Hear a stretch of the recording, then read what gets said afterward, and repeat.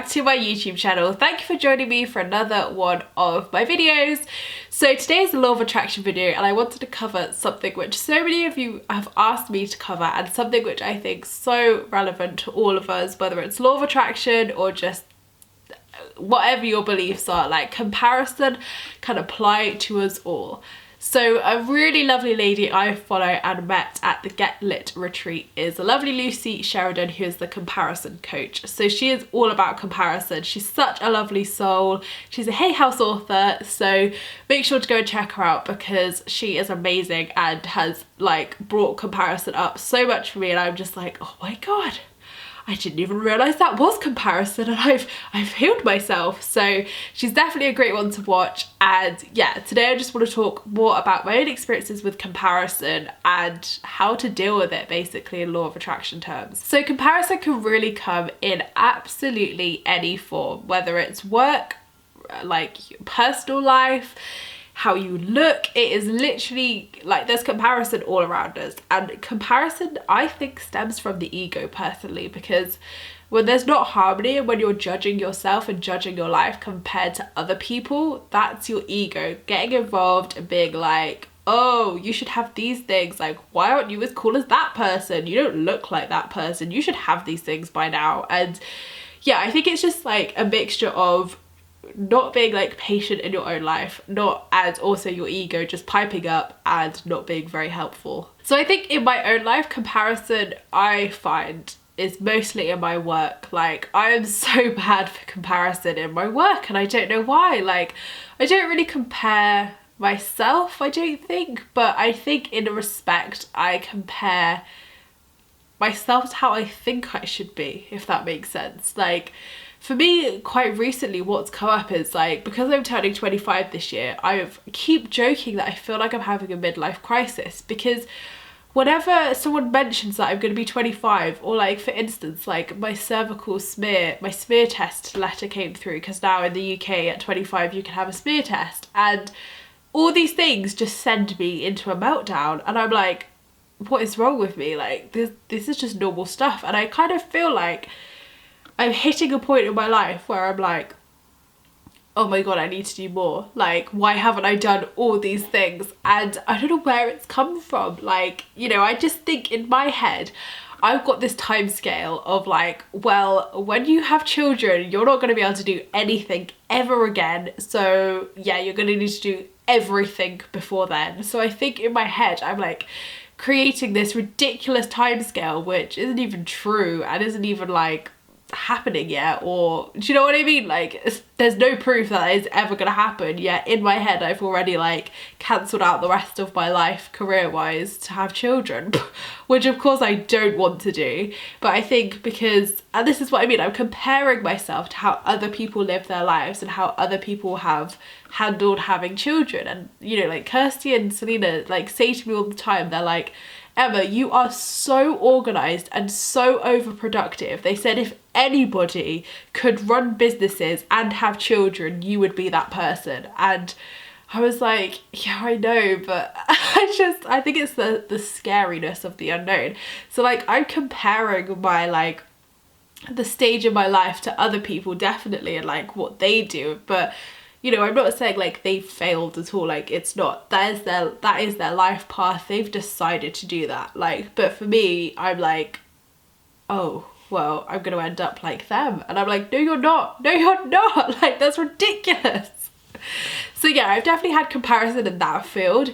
And I think comparison at like what stage of life you should be at. Like, I'm 24 at the moment, so I'm still really, really young, but for me, I feel like I'm 35 sometimes.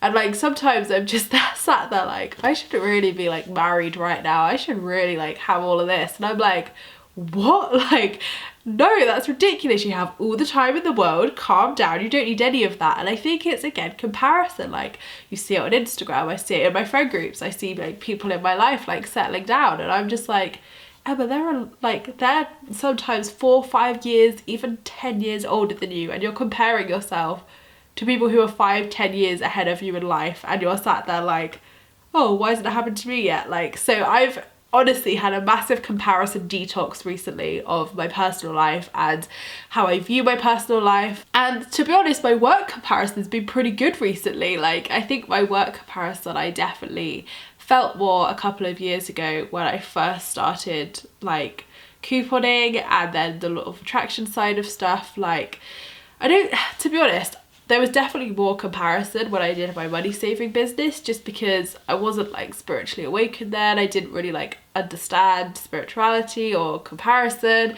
I was quite a jealous person, I guess. And yeah, like I was always just striving for more. And this is my number one problem. Like, and I don't want to say it's a problem, it's a strength. This is my number one strength, that I always strive for more. So I hit a goal, I'll achieve a goal, and then instead of sitting there and being like, you've done amazing, Emma, like, you go girl, you are on fire, you are amazing, get you are literally awesome. I'm like, right, now I'm gonna wait for the next goal. Right, let's write the next goal. So I just feel like I don't always appreciate like where I've hit in life, because then there's always the next goal, and there's always the next goal of comparison, and the next goal to feel successful, and then the next goal, and it's like, I've said so many things in my life of like, when this happens, I'll feel really successful. Like, when this happens, I'll have made it in life. And recently I've hit a lot of these and I still feel the same. And then I feel bad that I feel the same, because I'm like, well, hang on, I should be really happy and really grateful and like, oh, I've made it, blah, blah, blah. But then in my eyes, I'm like, you haven't made it, because look at all these other people who have made it and they've got more followers than you. They've got more this and more that. And I'm just like, ego, calm the fuck down. Like, where has this come from? So I've released a lot of like goals. Like, now I do not set goals for manifesting followers whatsoever, because I actually found that was probably the worst thing I could have done, because I realized and remembered almost that it's not about how many followers you have, like especially in my line of work in like self-development and spirituality and stuff like that. Like, it's more about the amount of people you reach. So I need to visualize and manifest my work. So let's take the book deal as a good example. So I would want that to reach a lot of people, so therefore I would manifest it being best-selling, not like having 500,000 sales, or do you know what I mean? So instead of focusing on numbers, you focus on the outcomes. So for people who want to, like, I spoke to someone recently about like they wanted to manifest followers for their blog, and I said no. What is the end goal? The end goal isn't the followers. The end goal is to earn an income full time. So I was like, you need to manifest the money from your blog full time and the followers will come. So release that control, release the whole control of followers, thinking that you're successful if you have followers, because I honestly don't believe that is what success is anymore. Like, I see success more as money. I see success more as not like a reputation, but more like credibility, like respect from your followers and stuff like that. So I just think the whole like comparison has completely changed my aspect on success, on how I view success. And actually the end goal isn't followers, the end goal is money, the end goal is the house, the end goal is the book. So now it's just really clear to me to focus on that rather than, you know, the small things like followers and stuff like that, because it's an egotistical thing, really. It's not bad to want followers because you want your work to reach enough people to help people. I totally get that, and it's good to obviously keep that in mind, but it's more about the end goal. Like, break it down into what you really want. Is it the followers,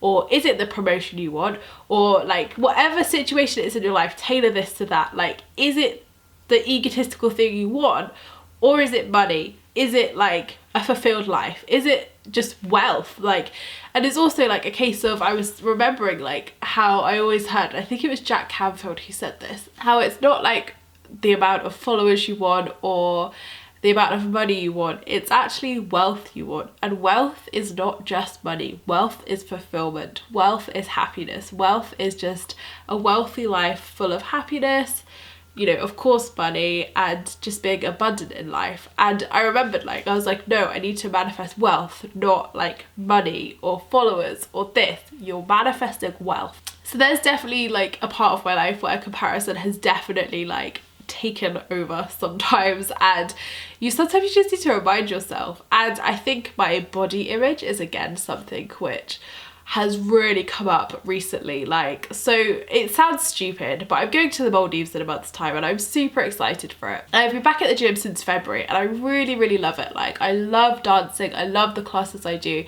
but he's been off ill for nearly a month now, so I haven't been in a month because I don't really like anybody else's classes and I don't just like going to the gym, it's so boring, so I only go for his classes.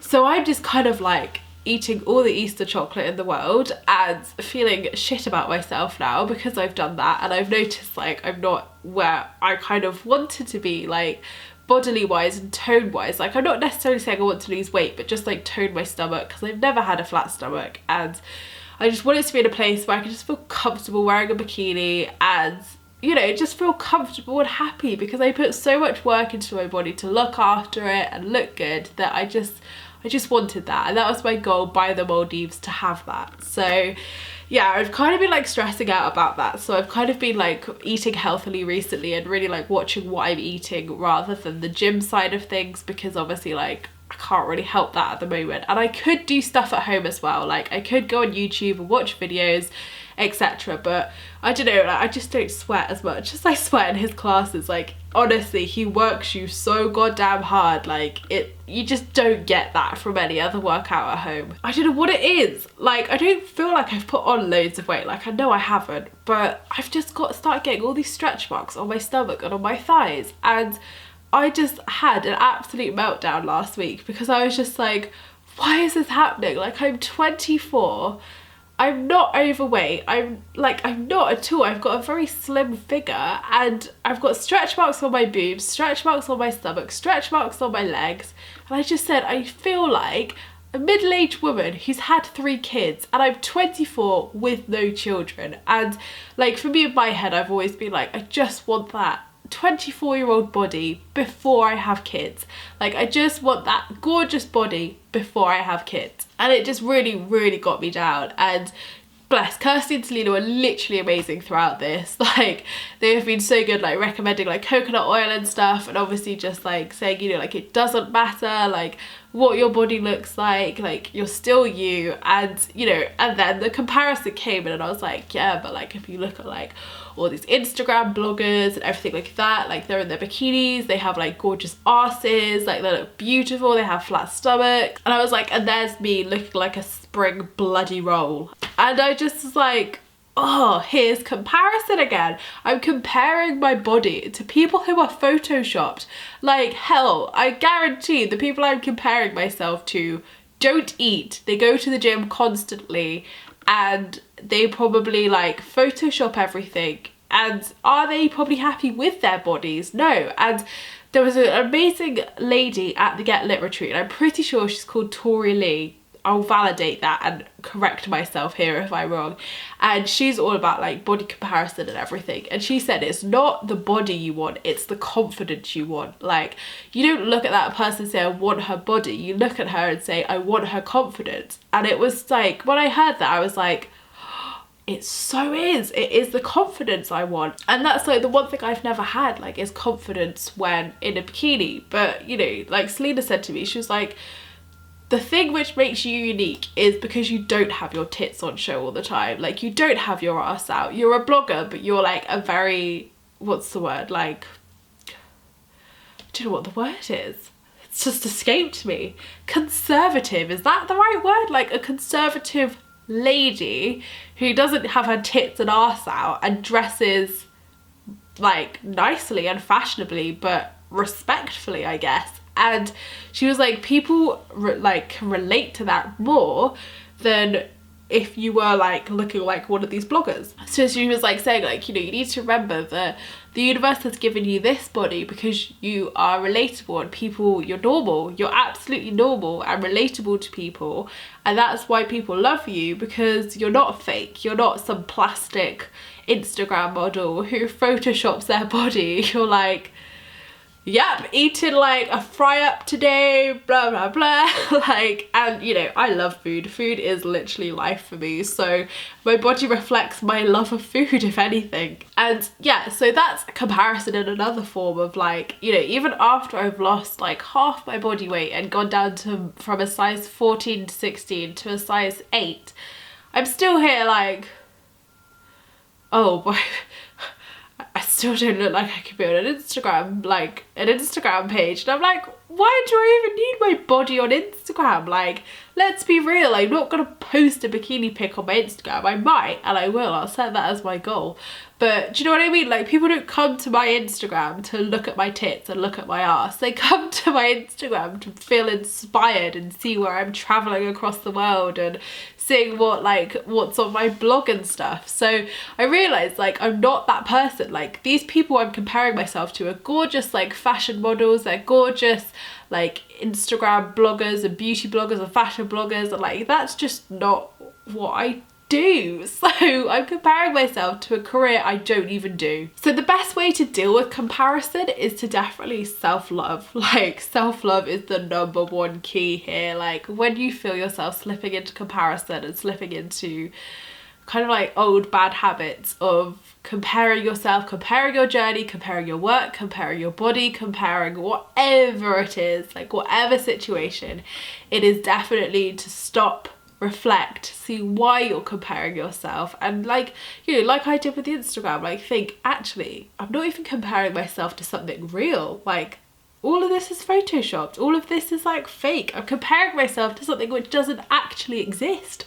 So look at it from like that perspective and just really like give yourself self-love, and just, you know, like I did, like remind yourself, like, I'm in this body because I'm meant to be. Like, you know, I do work hard. Like, I go to the gym 3 times a week. Like, I try to eat as well as I can while enjoying life at the same time. And, you know, like, this is my body. Like, I do love how 90% of it looks, and I'm working on that 10% definitely, but that 10% is the confidence. And, you know, because of like stuff that happened in my past, like, I don't have that confidence, but that's slowly building up with obviously being with someone who does love me for who I am and does love me unconditionally, and, you know, being with friends who support and uplift me like Kirsty and Selena does, and, you know, giving myself that self-love as well, and just, you know, giving myself that time. And I think as well, like, the number one thing for comparison is actually time. Like, when you look at what actual issue you're comparing yourself to,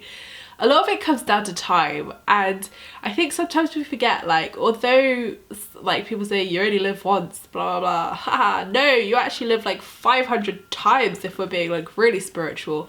But obviously in this body we live once. But, you know, even like how I've been freaking out about turning 25, like, and I mean freaking out, like, I legit was gonna go book a holiday to Thailand by myself to go and fucking find myself, even though I found myself 2 years ago. Like, literally, this is what people with midlife crises do. And I've like cut all my hair off. It used to be like down here, I've now cut it into a bob. So I have legit had a mini midlife crisis to find out this comparison. So I think time, like, we just worry there's like not enough time to do everything. Like, look at literally everything I've explained in this video. The fear of not being able to run my businesses when I have kids, time. The fear of like not having the dream body by the Maldives, time. Time, midlife crisis, time. So I've literally just been bitching about not having enough time. I'm 24, I have like 80 years, okay, maybe not 80 years, but 70 years at least. Well, that would make me 94, wouldn't it? Oh, that would make me 94, that's quite old. Okay, let's just say between 60 and 70 years I have left. So I have nearly double the time I have spent on this earth again and I've achieved a lot. I have achieved a heck of a lot in these 24 years. Like, and this is what I also need to remind myself of sometimes. Like, I am 24 years old. There are not many 24-year-olds who live in a 2-bed house and rent it by themselves with no help or anything and pay all the bills. Like, there are not many 24-year-olds that do that. There are not many 24-year-olds who are life coaches, who help people, who inspire people, who have gone through a massive change in their life and now do what I do with 500,000 followers across the world. There are not many 24-year-olds who run 2 extremely successful businesses single-handedly by themselves, no help, no financial help. Like, there's just not. So I don't give myself enough credit for what I bloody have achieved in those 24 years. Like, if I looked at like my peers and people I went to school with and literally lined them up Like, how many of them would have done what I've done? Probably none of them. So again, it's like giving yourself the credit and validation for what you have done up until this point, and remembering there is plenty of time. There is no rush, no timescales you should be working to. Like, it's all just ego.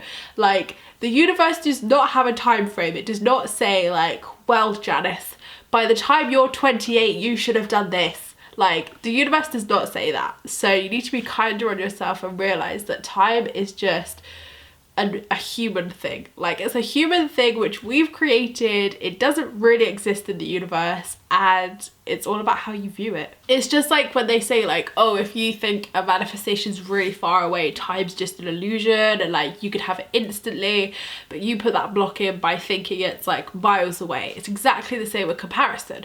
Like, you have put this time frame on it and like inflicted this time when it doesn't exist. Like, we have all the time in the world to achieve everything. Like, you're never too old to start everything, you're never too young to start anything. So really, time's just bullshit, and we like compare ourselves and compare our journeys and compare every aspect of our life to someone else who has got a completely different life path to us. And again, like, each of us have a completely unique and individual life path, like, just so unique I can't even begin. And we compare ourselves to someone else's success. And again, in my work, I've spoken about this on my podcast, I used to really compare myself to, like, especially in the beginning, like to Zoella, and I would used to be like, oh god, I just love my beauty range like her, I'd love my own books like her, I'd love this, I just want to be Zoella and her success. But then I realised there's already a Zoella.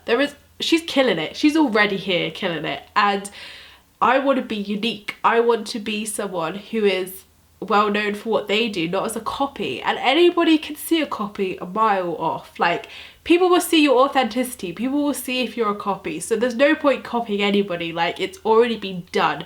You need to do something completely unique, something completely new and you. And by being authentic, you're being the truest form of yourself. So you're allowing the universe to bring all this abundance to you and all this success to you, because you're being yourself. And I tell you what, as soon as I realised this, I literally like just filmed videos I wanted to film, did everything I wanted to do, instead of thinking like, oh, what are other people doing which is really popular, like what should I do because everyone else is really popular.